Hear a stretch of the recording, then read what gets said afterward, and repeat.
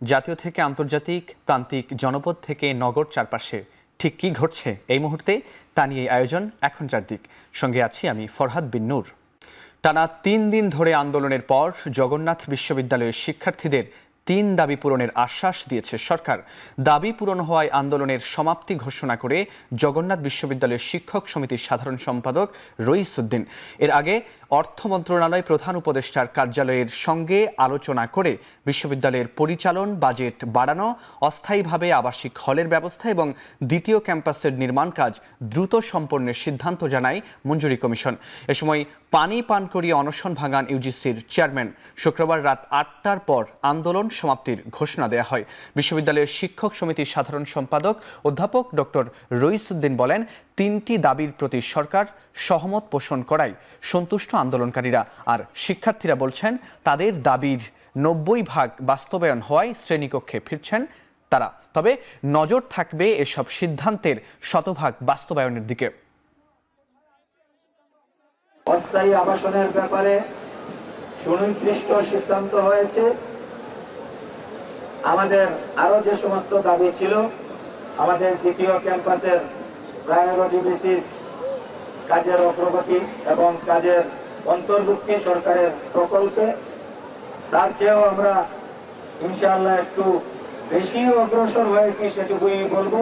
আমরা সবার সাথে কথা বলেছি, আলহামদুলিল্লাহ এই অর্জনে আমরা সবাই সন্তুষ্ট।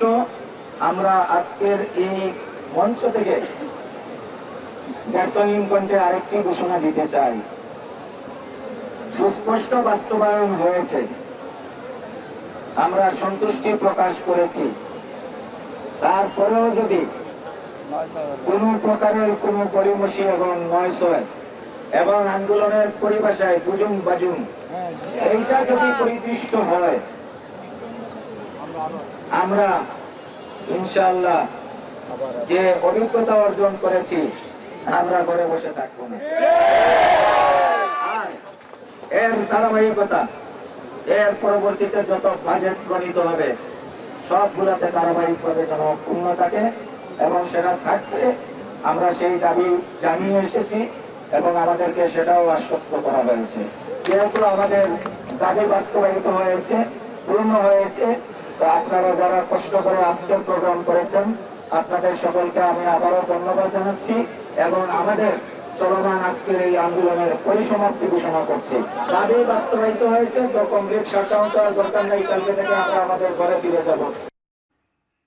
তথ্য উপদেষ্টার দিকে পানির বোতল ছুঁড়ে মারার ঘটনায় একজনকে ডিবি কার্যালয়ে এনে জিজ্ঞাসাবাদ শেষে অভিভাবকদের নিকট হস্তান্তর করা হয়েছে বলে জানিয়েছে ডিএমপি। এর আগে বিকেল ৫টায় পানির বোতল নিক্ষেপের ঘটনায় জিজ্ঞাসাবাদের জন্য তাকে ডিবি কার্যালয়ে আনা হয়। এরপর ঘণ্টাখানেক জিজ্ঞাসাবাদ শেষে তাকে ছেড়ে দেওয়ার কথা জানায় সংস্থাটি। তবে ওই শিক্ষার্থীর দাবি, তাকে অন্তত ২৪ ঘণ্টা আটকে রাখে গোয়েন্দা সংস্থাটি। এদিকে মাহফুজ আলমের এক ফেসবুক পোস্টে জানানো হয়, ডিবি অফিসে বোতল নিক্ষেপকারী ওই শিক্ষার্থীর সাথে দেখা করেন তথ্য উপদেষ্টা। এমনকি উপদেষ্টার বাসায় মা সহ তাকে আমন্ত্রণ করা হয়েছে বলে জানানো হয় পোস্টে। গেল বুধবার জগন্নাথ বিশ্ববিদ্যালয়ের শিক্ষার্থীদের ৩ দফা দাবিতে কাকরাইলে অবস্থান কর্মসূচিতে তাদের সাথে আলোচনা করতে যান উপদেষ্টা মাহফুজ আলম।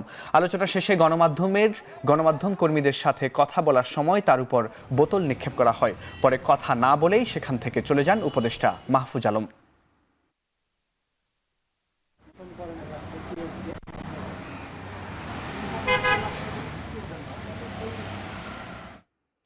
ঢাকা বিশ্ববিদ্যালয়ের শিক্ষার্থী সাম্য হত্যায় জড়িতদের গ্রেপ্তারে প্রশাসনকে ৪৮ ঘণ্টার আলটিমেটাম দিয়েছেন সাধারণ শিক্ষার্থীরা। শাহবাগ থানা ঘেরাও কর্মসূচি পালন করে এ ঘোষণা দেন তারা। পরে শাহবাগ থানার পুলিশের সঙ্গে প্রায় ঘণ্টা খানেকের বৈঠক, আসামিদের গ্রেপ্তারের দাবি জানানো হয়। কর্মসূচিতে শিক্ষা ও গবেষণা ইনস্টিটিউটের শিক্ষার্থীরা ছাড়াও শিক্ষকরাও উপস্থিত ছিলেন। এ সময় তারা ঢাবি ক্যাম্পাস ও সোহরাওয়ার্দী উদ্যানের শিক্ষার্থীদের নিরাপত্তা দিতে না পারাকে শাহবাগ থানার ব্যর্থতা হিসেবে উল্লেখ করে বিভিন্ন স্লোগান দেন। এছাড়াও হত্যাকাণ্ডের সঙ্গে ১০ থেকে ১২ জন জড়িত থাকলেও মাত্র ৩ জনকে গ্রেপ্তার করাকে লোক দেখানো বলে উল্লেখ করেন আন্দোলনকারীরা।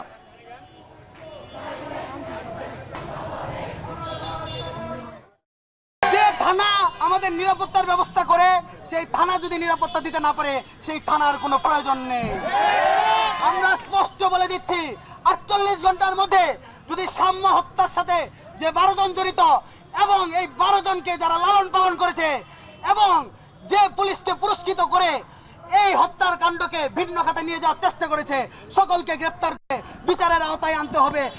আমাদের শিক্ষার্থী বন্ধুদের বক্তব্য ছিল 48 ঘন্টার মধ্যেই আমরা দৃশ্যমান মানে একটা উন্নতি অগ্রগতি দেখতে চাই এবং তারা ফাইনালি যে কথাটি বলেছেন যে তারা কাজ অনেকটা এগিয়ে নিয়েছেন, তাদের তদন্তের স্বার্থে তারা অনেক কিছুই হয়তো ডিসক্লোজ করতে চাননি। আত্মপ্রকাশ করল জুলাই গণ অভ্যুত্থানে তরুণদের সংগঠন জাতীয় নাগরিক পার্টির যুব উইং যুবশক্তি। অ্যাডভোকেট তারিকুল ইসলামকে আহ্বায়ক ও ডক্টর জাহিদুল ইসলামকে সদস্য সচিব করে 131 সদস্যের আহ্বায়ক কমিটি ঘোষণা করা হয়েছে। বিকেলে রাজধানীর গুলিস্তানে আবরার ফাহাদ অ্যাভিনিউয়ে এক জমকালো অনুষ্ঠানে এনসিপির মুখ্য সমন্বয়ক নাসির উদ্দিন পাটোয়ারি যুবশক্তির আহ্বায়ক কমিটির সদস্যদের নাম ঘোষণা করেন। এ সময় যুবশক্তির মুখ্য সংগঠক ইঞ্জিনিয়ার ফরহাদ সোহেল বলেন, গতানুগতিক রাজনীতির বাইরে এসে সামাজিক ও দেশের সমৃদ্ধির জন্য কাজ করবে যুবশক্তি। বাংলাদেশের রাজনীতির গুণগত পরিবর্তন যুবশক্তির মাধ্যমে হতে যাচ্ছে বলে আশাবাদ জানিয়েছেন এনসিপির নেতারাও। একই অনুষ্ঠানে এনসিপির সদস্য সচিব আক্তার হোসেন জানান, মানবিক করিডোর বিষয়ে রাজনৈতিক দলগুলোর সাথে আলাপ আলোচনা করে সিদ্ধান্ত নিতে হবে।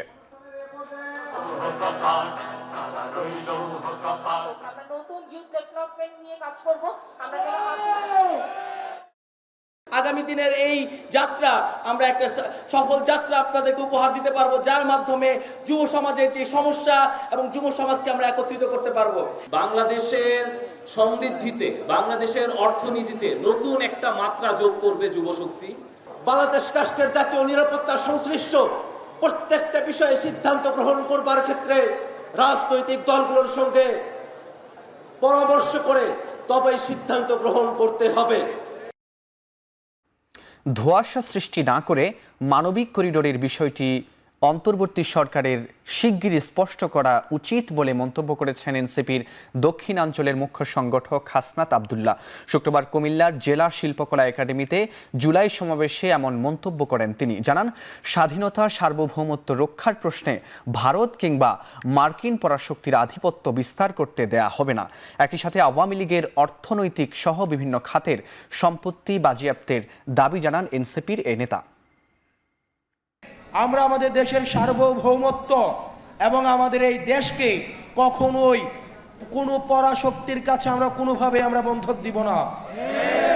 আমাদের এই দেশ ভারতের নয়, ভারতের আধিপত্য থাকবে না, এখানে পিন্ডির আধিপত্য থাকবে না, এখানে কোনো মার্কিন আধিপত্য থাকবে না, কোনো পরাশক্তির আধিপত্যের ক্ষেত্র এই বাংলাদেশকে আমরা কোনোভাবেই হতে দিব না। মানবিক করিডোর নিয়ে যে প্রশ্নগুলো এসছে, এই প্রশ্নগুলো জাতির সামনে এটির যথাযথ স্পষ্ট উত্তর দিয়ে জাতিকে যথাযথ পথ প্রদর্শন করুন এবং এই মানবিক করিডোর নিয়ে অন্তর্বর্তীকালীন সরকারের অবস্থান আমরা স্পষ্ট একটা অবস্থান দেখতে চাই, ধোঁয়াশার মধ্যে আমরা থাকতে চাই না।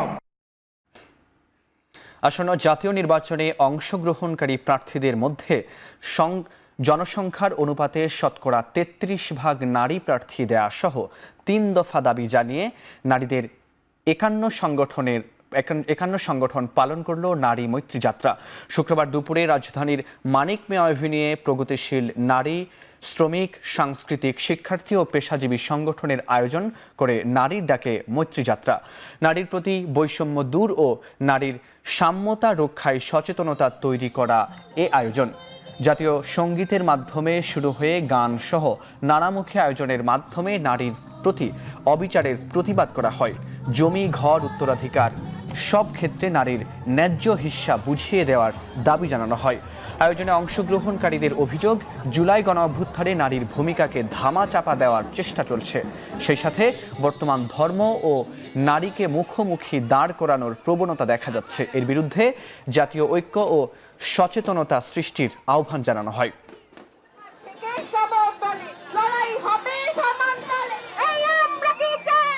আসন্ন নির্বাচন থেকে তাদের প্রার্থীদের অন্তত 33% নারী হতে হবে।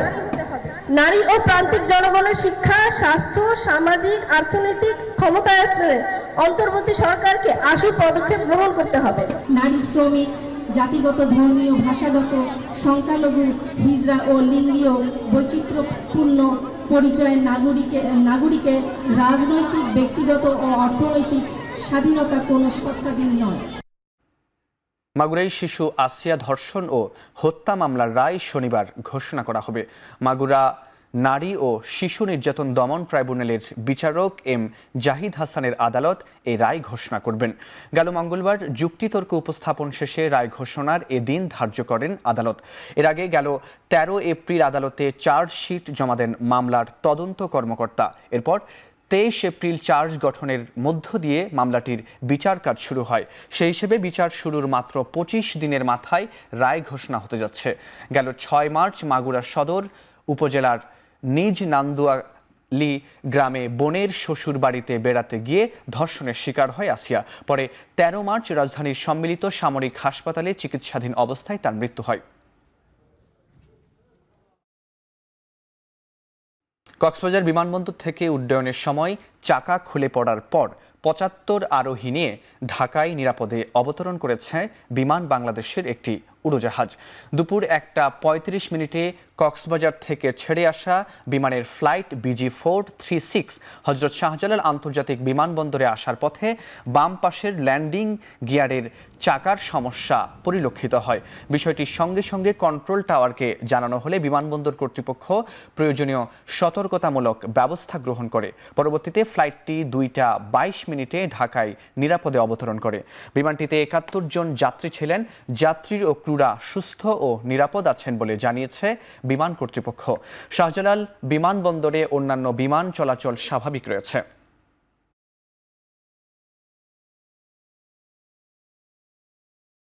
কক্সবাজার থেকে ছেড়ে আসা বিমান বাংলাদেশ এয়ারলাইন্সের BG436 ফ্লাইটটি 71 জন যাত্রী নিয়ে হযরত শাহজালাল আন্তর্জাতিক বিমানবন্দরের দিকে রওনা দেয়। তখন বাম পাশে ল্যান্ডিং এর একটি চাকা খুলে যাওয়ার সমস্যা পরিলক্ষিত হলে সঙ্গে সঙ্গে কন্ট্রোল টাওয়ারকে জানানো হলে বিমানবন্দর কর্তৃপক্ষ থেকে আমরা সিভিল এভিয়েশনের তরফ থেকে সকল প্রকার সতর্কতামূলক ইমার্জেন্সি অপারেশন এবং ল্যান্ডিং এর প্রিপারেশন নিয়ে রাখি। এরপরে 14:22 মিনিটে স্থানীয় সময় ঢাকায় নিরাপদে আলহামদুলিল্লাহ বিমানটি অবতরণ করে এবং যাত্রী ও ক্রুরা সকলেই সুস্থ নিরাপদ রয়েছে এবং এই সময় বিমানবন্দরের অন্যান্য সকল বিমান উড্ডয়ন এবং অবতরণও স্বাভাবিক রয়েছে। আওয়ামী লীগের আমলে ট্যাক্স ছাড়ের নামে যে লুটপাট হয়েছে তার অর্ধেকও রোধ করা গেলে শিক্ষা ও স্বাস্থ্য খাতে বাজেট আরও 3 গুণ বৃদ্ধি করা যেতে পারে বলে মন্তব্য করেছেন বিএনপির স্থায়ী কমিটির সদস্য সালাউদ্দিন আহমেদ।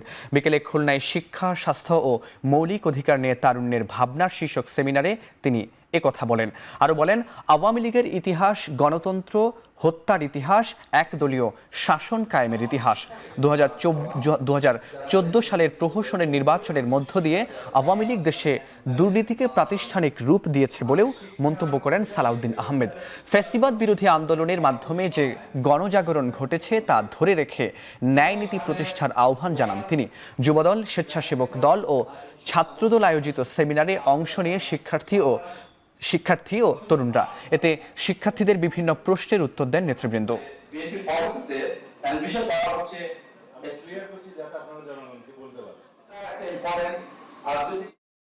আওয়ামী লীগের সময়ের ট্যাক্সেশন ক্ষেত্রের যে দুর্নীতি হয়েছে তার যদি অর্ধেকও ট্যাক্স এক্সাম্পশন ক্ষেত্রে করা হতো তাহলে আমাদের শিক্ষা বাজেট ডবল করা যেত এবং হেলথ বাজেট 3 গুণ করা যেত।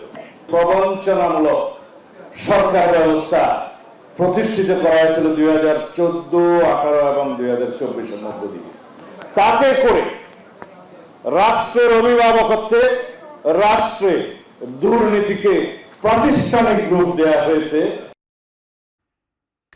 জুন মাসের মধ্যে সংস্কার চূড়ান্ত করে ডিসেম্বরে নির্বাচনের আহ্বান জানিয়েছেন বিএনপির স্থায়ী কমিটির সদস্য নজরুল ইসলাম খান। সকালে রাজধানীর প্রেস ক্লাবে লেবার পার্টি আয়োজিত আলোচনা সভায় একথা বলেন তিনি। তার মতে বিএনপির চেয়ে ভালো সংস্কার প্রস্তাব এখনও কোনো রাজনৈতিক দল দেয়নি। তিনি আরও বলেন, নির্বাচিত সরকারের কোনো বিকল্প নেই। আলোচনা সভায় বিএনপি চেয়ারপারসনের উপদেষ্টা জয়নুল আবেদিন ফারুক বলেন, করিডোর নিয়ে সিদ্ধান্ত নেয়ার দায়িত্ব অন্তর্বর্তী সরকারের নয়। এই সরকারের দায়িত্ব দ্রুত গ্রহণযোগ্য নির্বাচন দেয়া, জনগণের নির্বাচিত সরকার প্রতিষ্ঠা করতে হবে বলেও জানান তিনি।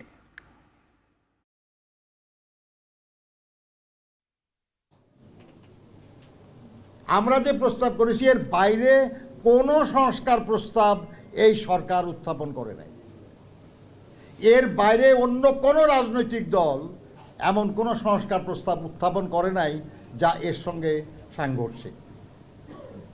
এবং এই সংস্কার প্রস্তাব উত্থাপনের সময় আমরা বলেছিলাম যে রাষ্ট্রের কল্যাণে, জনগণের কল্যাণে যদি কারো এর চেয়ে ভালো কোনো প্রস্তাব থাকে আমরা সেই প্রস্তাব সাদরে গ্রহণ করব। কাজে নতুন কোনো প্রস্তাব তো আমাদের এই প্রস্তাবের বিরুদ্ধে না, পরিপূরক। কাজে সংস্কারের বিষয়ে বিএনপির চেয়ে অগ্রণী ভূমিকা বাংলাদেশের আর কোনো রাজনৈতিক দল, আর কোনো শক্তি উপস্থাপন করে নাই। কারের কাছে কারা গুনগুন করছেন, কি পররাষ্ট্র সচিবের চাকরি চলে যায়, কি করিডোর, কি মানবিক করিডোর, কি টেকনাফে যেতে দেন না। আর এগুলো নিয়ে নির্বাচিত সরকারকে দায়িত্ব দেন, তারা ঠিক করবে। আপনার এসব দায়িত্ব না, আপনার দায়িত্ব নির্বাচন। এসব করে কোনো দেশে লাভ হবে। আগামী ডিসেম্বর থেকে জুনের মধ্যে নির্বাচন আয়োজনে উপদেষ্টা সহ সকলে কাজ করছেন বলে জানিয়েছেন প্রধান উপদেষ্টার প্রেস সচিব শফিকুল আলম। বিকেলে মাগুরায় সাংবাদিকদের সাথে মতবিনিময় সভায় একথা বলেন তিনি। জানান, দেশে আগের চেয়ে আইন শৃঙ্খলা পরিস্থিতি উন্নতি হয়েছে। এছাড়া অর্থনীতিতে বড় ধরনের সংস্কার করা হয়েছে, যার ধারাবাহিকতা সামনে অব্যাহত থাকবে। প্রত্যেকটা অ্যাডভাইজার এবং আমাদের চিফ অ্যাডভাইজার বারবার বলেছেন ইলেকশন ডিসেম্বর থেকে জুনের মধ্যে হবে। দেশ ভালোই চলছে এবং যে সমস্ত জায়গায় আমরা সংস্কার চাচ্ছিলাম সেই প্রত্যেকটা জায়গায় সংস্কারের কাজ করা হচ্ছে এবং আপনারা দেখছেন যে অলরেডি ইকোনমিতে খুব বড় ধরনের কিছু সংস্কার হয়েছে। ফারাক্কা বাঁধের কারণে বরেন্দ্র অঞ্চল কারবালায় পরিণত হয়েছে বলে জানিয়েছেন মৎস্য ও প্রাণী সম্পদ উপদেষ্টা ফরিদা আক্তার। শুক্রবার রাজশাহীতে ফারাক্কা লং মার্চের ৪৯তম বর্ষপূর্তি উপলক্ষে আয়োজিত অনুষ্ঠানে এ মন্তব্য করেন উপদেষ্টা। সাংবাদিকদের প্রশ্নের উত্তরে পদ্মার পানির ন্যায্য হিস্সা আদায়ে ভারতের সাথে চুক্তি নবায়ন করার কথা জানান ফরিদা আক্তার। এর ব্যত্যয় ঘটলে আন্তর্জাতিক আদালতে যাওয়ার হুঁশিয়ারিও দেন তিনি। ফারাক্কা লং মার্চের ৪৯তম বর্ষপূর্তি উপলক্ষে শুক্রবার বিকেল ৩:৩০টায় রাজশাহী কলেজের সামনে থেকে র্যালি শুরু হয়। র্যালিটি নগরীর বিভিন্ন গুরুত্বপূর্ণ সড়ক ও মোড় প্রদক্ষিণ করে। পরে রাজশাহী কলেজ অডিটোরিয়ামে আলোচনা সভা অনুষ্ঠিত হয়।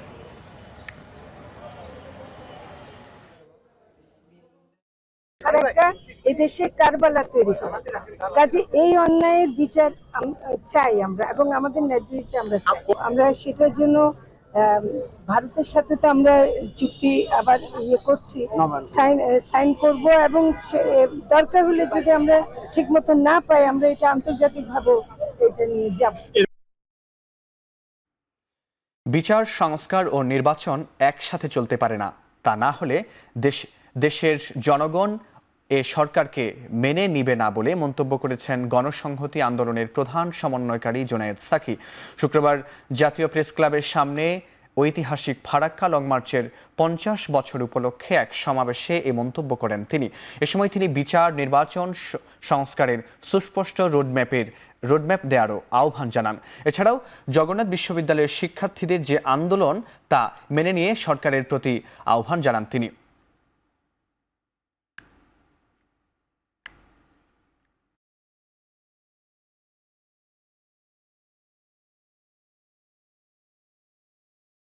মানুষ বিচার চায়, মানুষ সংস্কার চায়, মানুষ নির্বাচন চায় এবং এই তিনটা জিনিসকে একসাথে চালিয়ে নিন।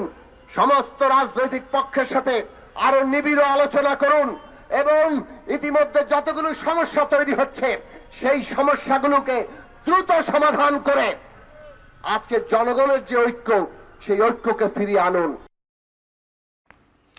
জুলাই গণ অভ্যুত্থানে অবদান রাখা রাজনৈতিক দল ও ছাত্র জনতার মাঝে বিভেদ দেখা দিয়েছে। এটি চলতে থাকলে গভীর সংকটে পড়ার সম্ভাবনা আছে বলে মন্তব্য করেছেন এবি পার্টির চেয়ারম্যান মুজিবুর রহমান মঞ্জু। বিকেলে চট্টগ্রামের ঐতিহাসিক লালদিঘি ময়দানে জনসভায় একথা বলেন তিনি। বিকেল ৩টার দিকে এ সমাবেশ আয়োজন করে এবি পার্টির চট্টগ্রাম মহানগর শাখা। এ সময় দলের চেয়ারম্যান জানান, জুলাই গণ অভ্যুত্থানে অবদান রাখা দলগুলোর ঐক্য অটুট রাখতে সরকারের ভূমিকার দরকার ছিল। এমপি মন্ত্রী হওয়া নিয়ে বিভেদ না বাড়িয়ে মানুষের কল্যাণে কাজ করার আহ্বান জানান তিনি। বক্তব্যে সংগঠনের সাধারণ সম্পাদক ব্যারিস্টার আসাদুজ্জামান ফুয়াদ বলেন, দেশে যুবকদের কর্মসংস্থান, মানুষের শিক্ষা, চিকিৎসার মৌলিক অধিকার নিশ্চিতে কাজ করবে এবি পার্টি। চট্টগ্রাম বন্দরে যেন দেশের স্বার্থ লুণ্ঠিত না হয় সেদিকে নজর রাখতে সরকারের প্রতি আহ্বান জানান নেতারা। জুলাই আমাদের পিছনে সরকারের ব্যয়ের বাজেট হচ্ছে প্রায় 40,000 টাকা। গণজনতার যে সমস্ত ফ্যাসিবাদ বিরোধী রাজনৈতিক দল আপনারা যে যেখানে ভূমিকা রেখেছেন, আল্লাহর ওয়াস্তে আপনাদের ঝগড়া বন্ধ করেন। আজকে এই সরকার এবং রাজনৈতিক দল এবং ছাত্র জনতার মধ্যে যদি এই বিভেদ হয় তাহলে দেশকে একটা মহা সংকটে পরিণত হতে হবে। চট্টগ্রাম বন্দরকে আধুনিকীকরণ করবার যে উদ্যোগ অন্তর্বর্তীকালীন সরকার নিয়েছে, আমরা তাকে স্বাগত জানাই। শুধুমাত্র একটা শর্ত, বাংলাদেশের স্বার্থ যেন কোনোভাবে ভুলুণ্ঠিত না হয়। জুলাই গণ অভ্যুত্থানকে কতিপয় গোষ্ঠী ধান্দাবাজির হাতিয়ারে পরিণত করার অপচেষ্টা করছে বলে মন্তব্য করেছেন গণ অধিকার পরিষদের সভাপতি নুরুল হক নূর। শুক্রবার বিকেলে নরসিংদীতে এক গণসমাবেশে প্রধান অতিথির বক্তব্যে তিনি এ মন্তব্য করেন। জুলাই কারো পৈতৃক সম্পত্তি নয় উল্লেখ করে গণসমাবেশে তিনি বলেন, এটি দেশের সকল শ্রেণী পেশার মানুষের লড়াই সংগ্রামের ফল। সকল পেশার মানুষ দেশের সমান অধিকার পাবে। এ সময় আওয়ামী লীগ বিরোধী গণ অভ্যুত্থানে বিভিন্ন রাজনৈতিক দলের সম্পৃক্ততা তুলে ধরেন।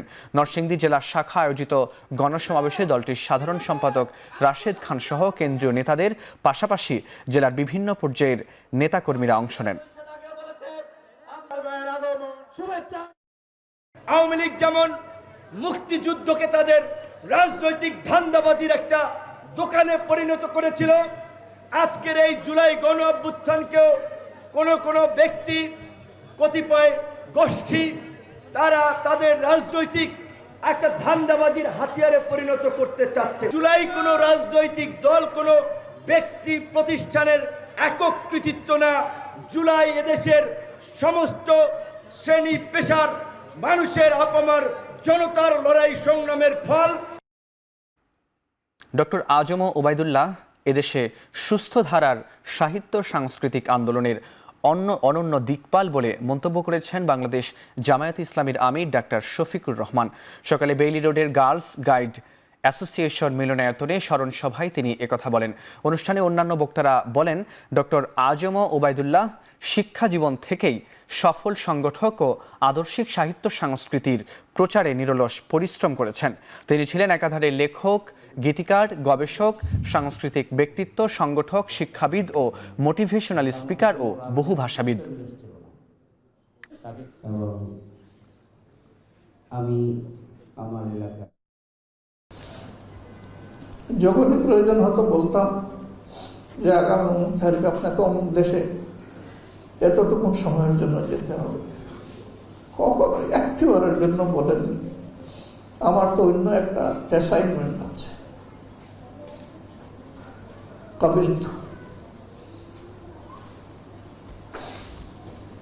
একমাত্র ব্যক্তি যাদেরকে আমি দেশে পাঠিয়েছি, ফিরে এসে তার সফরের একটা ব্রিফ রিপোর্ট লিখিত আমাকে দিতে। বগুড়ায় সমবেত কণ্ঠে জাতীয় সঙ্গীত পরিবেশন কর্মসূচিতে হামলার ঘটনায় প্রতিবাদী সমাবেশ করেছে উদীচী শিল্পী গোষ্ঠী। সকালে পল্টনের সত্যেন সেন চত্বরে জাতীয় সঙ্গীতের মধ্য দিয়ে শুরু হয় আনুষ্ঠানিকতা।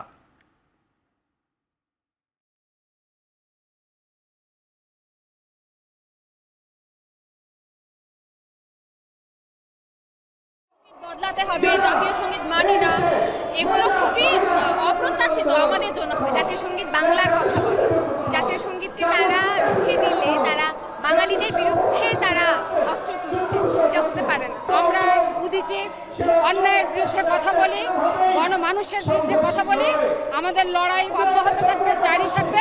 জাতীয় সঙ্গীত কিভাবে ভারতের দালালি হতে পারে যারা জাতীয় সঙ্গীত করে, এই প্রশ্নটি আজকে করতে হবে এবং সারা বাংলাদেশের মানুষ ঘৃণার সঙ্গে তাদেরকে প্রত্যাখ্যান করেছে।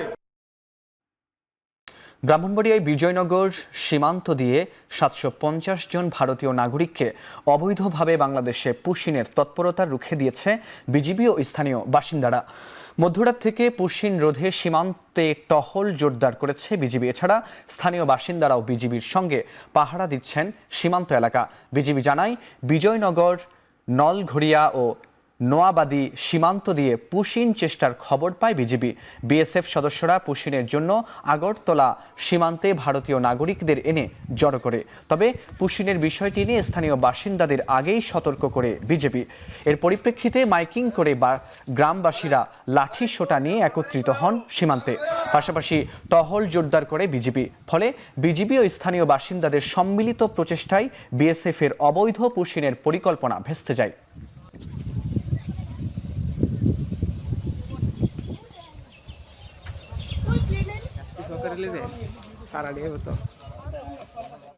বাংলাদেশ জুডিশিয়াল সার্ভিসেস বেতন স্কেলের ভিত্তিতে বেতন ভাতা প্রদান সহ বিভিন্ন দাবিতে 2 দিনের অর্ধ দিবস কর্মবিরতির ঘোষণা বিচার বিভাগীয় কর্মচারী অ্যাসোসিয়েশনের। দাবি বাস্তবায়ন না হলে ধারাবাহিক কর্মবিরতির হুঁশিয়ারিও দিয়েছেন তারা। পুরান ঢাকার একটি রেস্তোরাঁয় সংবাদ সম্মেলনে এ কর্মসূচির ঘোষণা করা হয়। সংগঠনের সভাপতি মোহাম্মদ রেজওয়ান খন্দকার জানান, কর্মবিরতি পালন করবেন। দাবি বাস্তবায়ন না হলে কঠোর কর্মসূচির হুঁশিয়ারিও দেন তিনি। এ সময় সংগঠনের সাধারণ সম্পাদক কাজী মোহাম্মদ সালাউদ্দিন বলেন, বিচারকদের জন্য বিচারিক ভাতা, অবকাশ ভাতা সহ নানা সুযোগ সুবিধার বিধান থাকলেও বিচার সহায়ক কর্মচারীরা বঞ্চিত।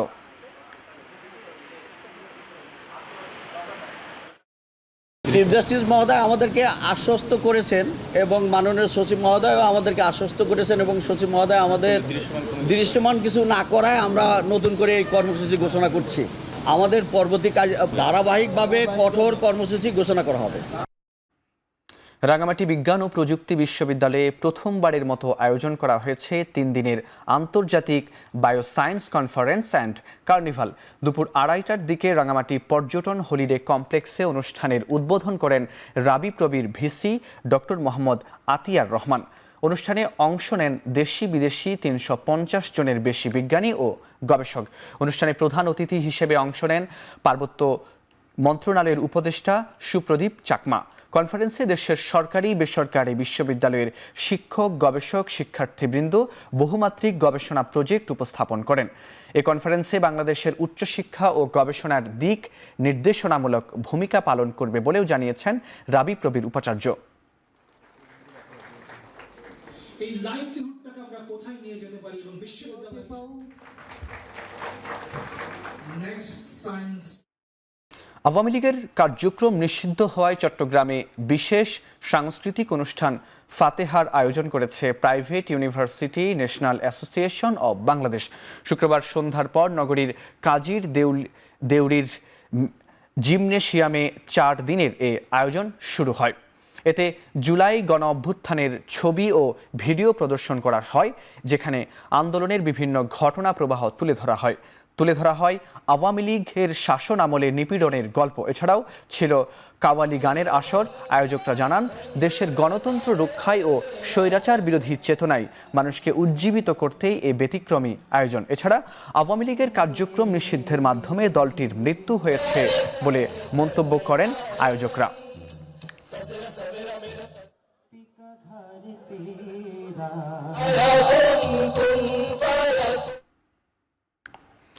যমুনা গ্রুপের উদ্যোগে বাংলাদেশে পেশাদার কমব্যাট স্পোর্টস অঙ্গনের এক নতুন অধ্যায়ের সূচনা করল ডাবল হর্স টায়ার্স। বাংলাদেশের মুই থাই ফাইটারদের সঙ্গে আনুষ্ঠানিক চুক্তি সই হয়েছে। Jamuna rubber and tyre industries লিমিটেডের সিইও ও ডিরেক্টর নাজেল ইসলামের উপস্থিতিতে অনুষ্ঠিত হয় চুক্তি স্বাক্ষর অনুষ্ঠান, যা দেশের ইতিহাসের প্রথম মুই থাই ফাইট নাইট আয়োজনের পথে এক গুরুত্বপূর্ণ মাইলফলক।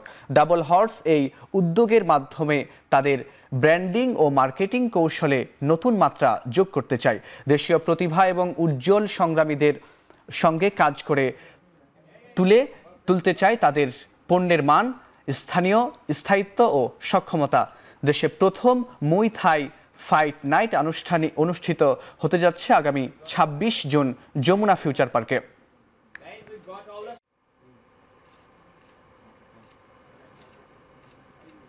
এবার আন্তর্জাতিক প্রসঙ্গ। এবারও ব্যর্থ হলেও রাশিয়া ও ইউক্রেনের সরাসরি যুদ্ধবিরতি আলোচনা। যুদ্ধবিরতি নিয়ে চূড়ান্ত সিদ্ধান্তে পৌঁছাতে না পারলেও দুপক্ষই ১,০০০ সেনা বিনিময়ের বিষয়ে সম্মত হয়েছে। বিষয়টি নিশ্চিত করেছে বিবিসি। তুরস্ক ও যুক্তরাষ্ট্রের মধ্যস্থতায় শুক্রবার ইস্তাম্বুলে বৈঠকে বসে রাশিয়া ও ইউক্রেনের প্রতিনিধিরা। ২ ঘন্টার মধ্যে আলোচনার ইতি টানেন দুদেশের প্রতিনিধিরা। আগামী বৈঠকে রুশ প্রেসিডেন্ট ভ্লাদিমির পুতিনের সঙ্গে ইউক্রেনীয় প্রেসিডেন্ট ভলোদিমির জেলেনস্কির বৈঠকে বসার বিষয়ে অনুরোধ জানান ইউক্রেনের প্রতিরক্ষামন্ত্রী। বিষয়টি বিবেচনা করা হবে বলে জানিয়েছে মস্কো।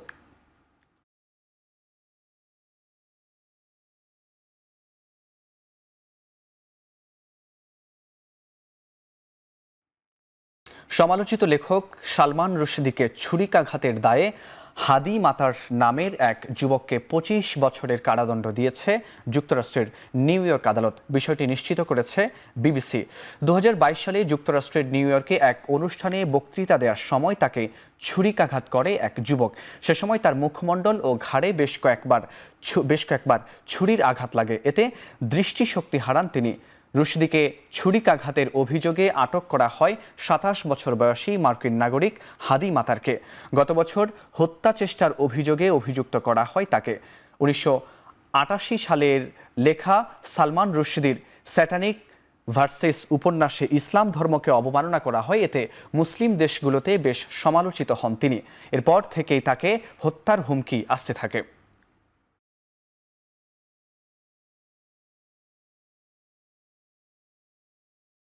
অবৈধ বিদেশিদের সাধারণ ক্ষমার ঘোষণা দিয়েছে মালয়েশিয়া। প্রত্যাবাসন কর্মসূচির মাধ্যমে জেল বা বিচারের মুখোমুখি হওয়া ছাড়াই নিজ দেশে ফেরার সুযোগ পাবেন অবৈধ প্রবাসীরা। তবে অপরাধের ধরন অনুযায়ী গুনতে হবে ৩০০ থেকে ৫০০ রিঙ্গিত জরিমানা। শুক্রবার বিষয়টি নিশ্চিত করেছেন মালয়েশিয়ার স্বরাষ্ট্রমন্ত্রী। চলতি মাসের ১৯ তারিখ থেকে শুরু হয়ে এ সুযোগ থাকবে ২০২৬ সালের ৩০ এপ্রিল পর্যন্ত। তবে এ ধরনের কর্মসূচিতে নিবন্ধন করেও যারা মালয়েশিয়া ত্যাগ করেননি তারা এই সুযোগ পাবেন না বলেও জানানো হয়েছে। Semua agensi kawaselia termasuklah Jabatan Program Negara dengan keputusan untuk kita lanjutkan pelaksanaan program repatriasi migran bermula 19 Mei hingga 30 April tahun 2026. 19 Mei 2025. গাজায় একদিনে কমপক্ষে ১৩৯ জন ফিলিস্তিনিকে হত্যা করল ইসরায়েলি সেনারা। বৃহস্পতিবার ভোর থেকে উপত্যকা জুড়ে বিরামহীনভাবে চালানো হয় এ হত্যাযজ্ঞ। প্রত্যক্ষদর্শীরা জানান, জাবালিয়া শরণার্থী শিবিরের আল তওবা মেডিকেল ক্লিনিক ছিন্ন ভিন্ন করে দেয়া হয় হামলায়। প্রাণ যায় শিশুসহ ১৩ জনের। স্থল অভিযানের পাশাপাশি উত্তর থেকে শুরু করে দক্ষিণাঞ্চল পর্যন্ত পুরো উপত্যকায় বিমান হামলা চলে রাতভর। অবরুদ্ধ পশ্চিম তীরেও এদিন ফিলিস্তিনি পতাকা, যানবাহন পুড়িয়ে দেয় ইসরায়েলি দখলদাররা। যুদ্ধ কবলিত উপত্যকায় অনাহারেও মরছে অনেক মানুষ। এ অবস্থায় ত্রাণ প্রবেশ করতে দিতে ২.৫ মাসের অবরোধ শিথিলে ইসরায়েলকে চাপ দিতে মার্কিন প্রেসিডেন্ট ডোনাল্ড ট্রাম্পের প্রতি আহ্বান জানিয়েছেন সিনেটররা।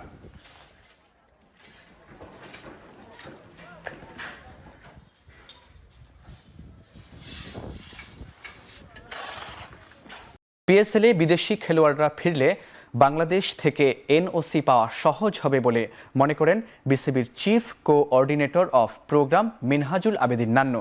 টি-20 ফরম্যাটে বাংলাদেশের পারফরম্যান্স পড়তির দিকে হলেও নতুন অধিনায়ক লিটনের অধীনে ভালো করবে টাইগাররা, এমনটাই প্রত্যাশা নান্নুর। সিকিউরিটি ইন্স্যুরেন্স হচ্ছে সবচেয়ে বড় জিনিস। এখানে পিএসএল আবার শুরু করতে যাচ্ছে, দেখা যাবে যে পিএসএলে আপনার বিদেশি ক্রিকেটাররা আসছে কিনা, এটার উপর ভিত্তি করে কিন্তু বাংলাদেশ সিরিজটা হবে। নতুন ক্যাপ্টেন হয়েছে লিটন, অবশ্য বেস্ট উইশেস আমাদের অবশ্যই থাকবে দিন ভালো কিছু করার জন্য। এবং আমি সর্বোপরি আমি মনে করি যে প্রতিটা সিরিজ কিন্তু ভেরি ইম্পর্ট্যান্ট, প্রতিটা ইনিংসে প্রতিটা স্টেপ ইজ ভেরি ইম্পর্ট্যান্ট। কারণ 2026-এ আবার T20 ওয়ার্ল্ড কাপ আছে, এটা নিয়ে কিন্তু এখন চিন্তা করাটা ডিফিকাল্ট, কারণ এর মাঝে অনেকগুলো সিরিজের খেলা আছে, তারপর ডোমেস্টিক ক্রিকেট আছে, সব কিছু মিলে কিন্তু বেস্ট পসিবল সাইডটা 3 মাস আগে রেডি করার চিন্তা ভাবনা চলে সিলেকশন প্যানেল। জল্পনা কল্পনার অবসান ঘটিয়ে অবশেষে ইন্ডিয়ান প্রিমিয়ার লিগে খেলার অনাপত্তিপত্র পেয়েছেন মুস্তাফিজুর রহমান।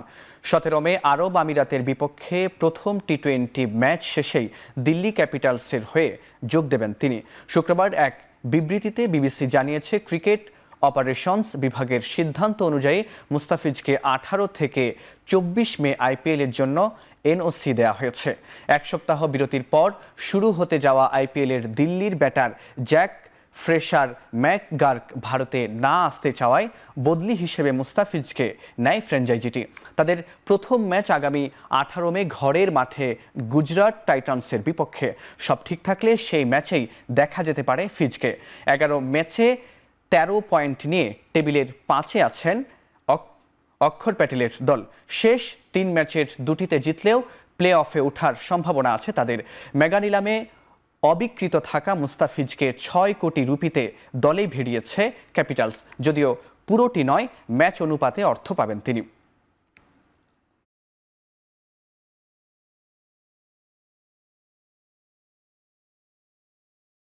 সংযুক্ত আরব আমিরাতের বিপক্ষে 2 ম্যাচ T20 সিরিজকে সামনে রেখে প্রথমবার দুবাইয়ে অনুশীলন সেরেছে বাংলাদেশ দল। দুবাইয়ে ফ্লাড লাইটের আলোতে ক্যাচিং অনুশীলন সেরেছে টিম টাইগার্স। প্রধান কোচ ওটিস গবসন ও সিনিয়র সহকারী কোচ সালাউদ্দিনের নেতৃত্বে এই অনুশীলন সারে লাল সবুজের প্রতিনিধিরা। আগামী 17 ও 19 মে শারজা ক্রিকেট স্টেডিয়ামে 2 ম্যাচের T20 সিরিজ খেলবে বাংলাদেশ। এই সিরিজ নিয়েই নতুন অধিনায়ক লিটন দাস ও সহ অধিনায়ক শেখ মাহাদির নেতৃত্বে সিরিজ খেলবে লাল সবুজরা। T20 বিশ্বকাপ ও এশিয়া কাপকে সামনে রেখে মিশন শুরু করবে টাইগাররা।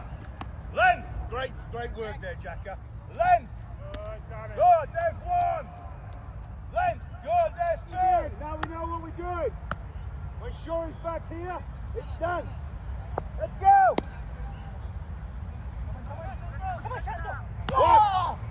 Good. শেষ করছে এখন চারদিক। এখন টেলিভিশন ওয়েবসাইটে দেখতে ভিজিট করুন www.ekhon.tv। এছাড়া ফেসবুকে দেখতে ভিজিট করুন facebook.com/tv.ekhon এবং ইউটিউবে দেখতে ভিজিট করুন youtube.com/3/ekhon tv।